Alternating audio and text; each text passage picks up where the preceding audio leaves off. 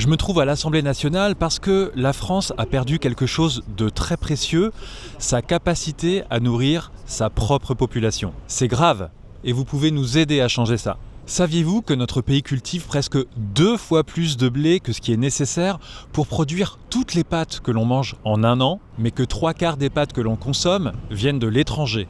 Cette absurdité existe parce que la France a choisi un modèle d'agriculture exportatrice, plutôt qu'un modèle d'agriculture locale qui permet aux agriculteurs de bien vivre de leur métier. Or, la loi d'orientation agricole, qui va déterminer notre modèle agricole pour les 10 prochaines années, va être votée cette semaine et le rôle des parlementaires va être crucial. Oui, il n'y a rien dans ce texte d'important, c'est un acte manqué, c'est un accident industriel.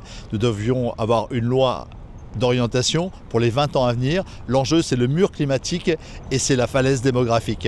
Et le partage de la terre est la clé du renouvellement des générations et sans cette relève, on ne pourra pas faire d'agroécologie. Sans agroécologie, on ne pourra pas assurer notre souveraineté alimentaire. Et effectivement, la loi d'orientation agricole qui nous revient du Sénat supprime tout simplement tout objectif de surface agricole utile en agriculture biologique, tant bien même on sait que 50% des agriculteurs qui souhaitent s'installer aujourd'hui en agriculture veulent le faire en agriculture biologique. Donc c'est un non-sens absolu. En fait, il y a quand même des paysans, des paysannes qui aujourd'hui ont fait le choix de sortir de ce modèle productiviste et de garder un ancrage plus local avec des productions basées sur du circuit court et de sortir justement de cette exportation à tout va. Cette loi représente un énorme enjeu pour les conditions de travail des agriculteurs et pour notre alimentation. Un grand merci de votre soutien et à bientôt.